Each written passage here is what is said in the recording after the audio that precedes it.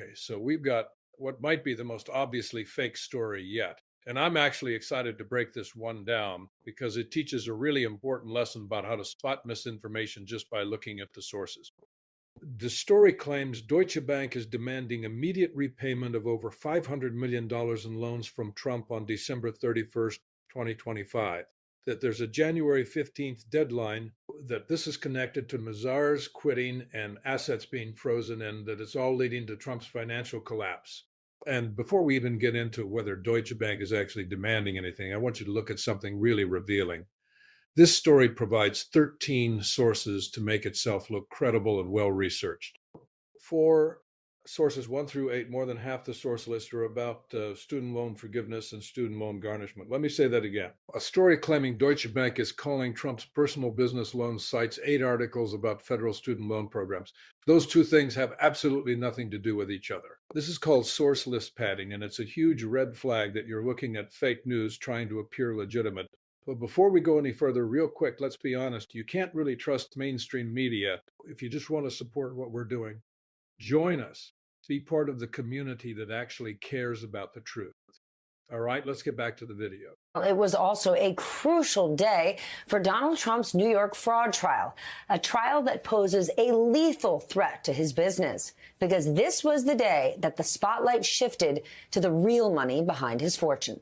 Former Deutsche Bank executive Rosemarie Varabilek, who we have never seen, we have never heard from, was on the witness stand testifying about how she arranged hundreds of millions of dollars in loans for Trump starting back in 2011, when Deutsche Bank was basically the only financial institution that would do business with him. And the bank's loans, of course, fueled some of Trump's major real estate moves in Florida, Chicago, D.C., and New York. Attorney General accuses Donald Trump of inflating his net worth to get those loans at more favorable rates than he should have. But the relationship between DB and Donald Trump goes back decades. Here's how one reporter who knows Trump well described it all.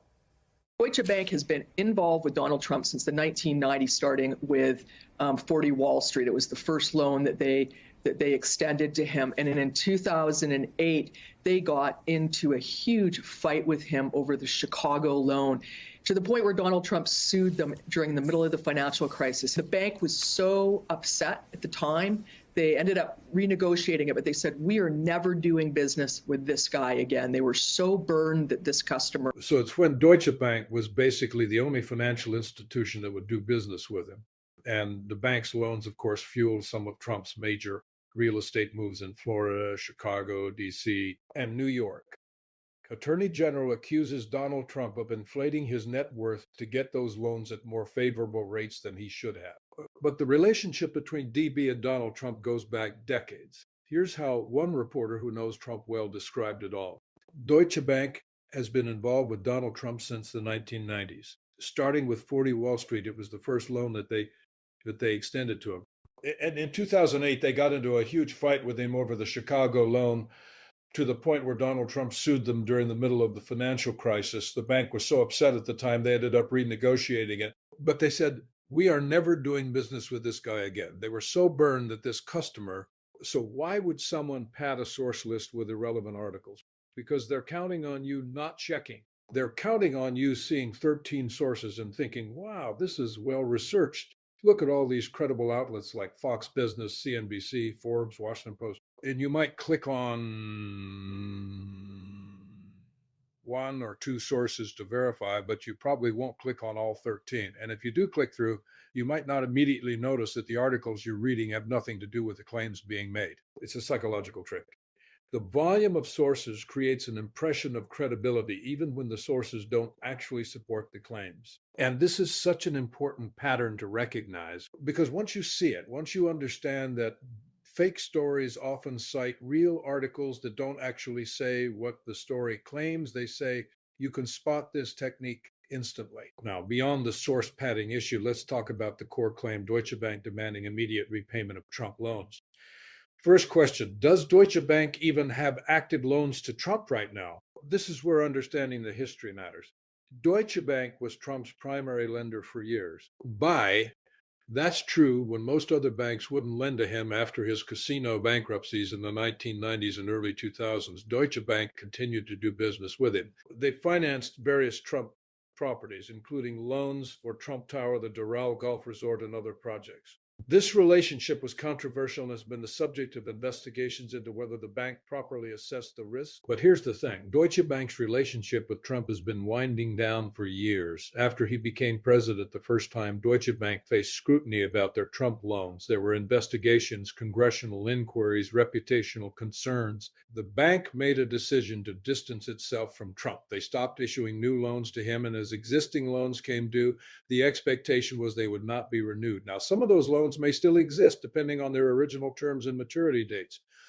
But the idea that Deutsche Bank is suddenly on December 31st, 2025, demanding immediate repayment of all outstanding Trump loans because of Mazars quitting and assets being frozen, that's a very specific, dramatic claim. That would require specific verification. So let's check. Can we find any credible reporting from Bloomberg, Wall Street Journal, New York Times, Reuters, any financial news outlet reporting that Deutsche Bank is calling Trump's loans? I searched. I filtered for recent articles and I found nothing. Zero credible reporting about Deutsche Bank demanding immediate repayment on December 31st, 2025. Nothing about a January 15th deadline.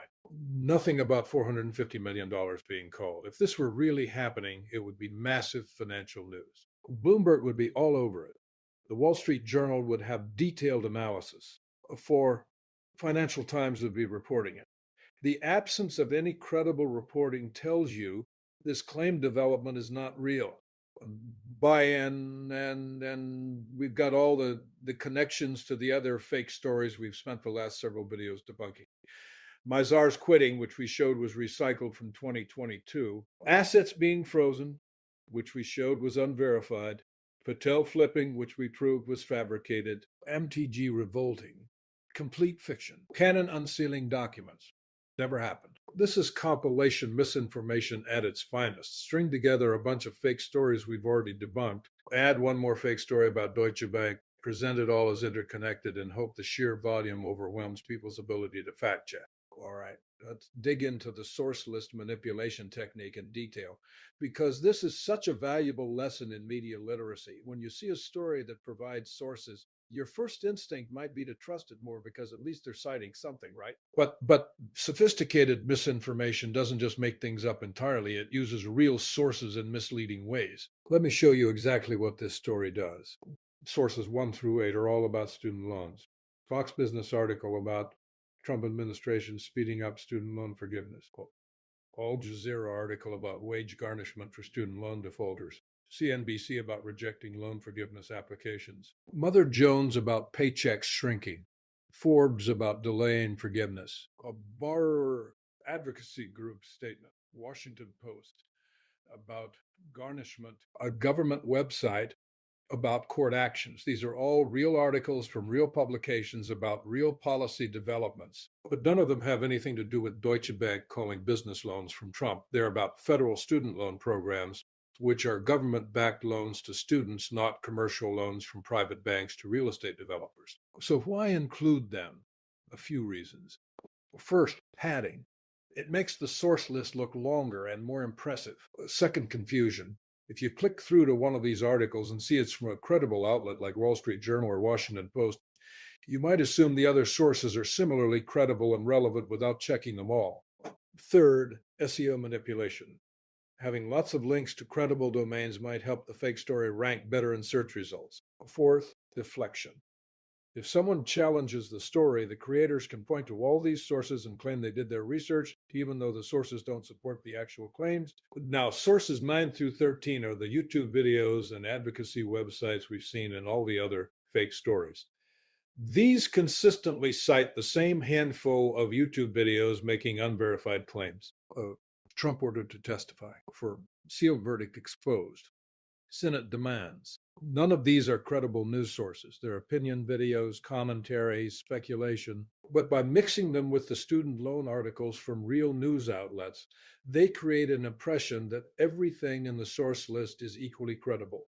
This is a crucial pattern to recognize. Always actually click through and read what the sources say. Don't just assume that because sources are provided, they support the claims. Look for whether the sources are actually relevant to the specific claims being made. Check whether the sources are recent or old. Verify that the sources actually say what the story claims they say. This takes time and effort, which is why most people don't do it, which is why this technique works. Now, let's talk about the actual history of Deutsche Bank and Trump, because understanding the real relationship helps you evaluate whether the fake claims are plausible.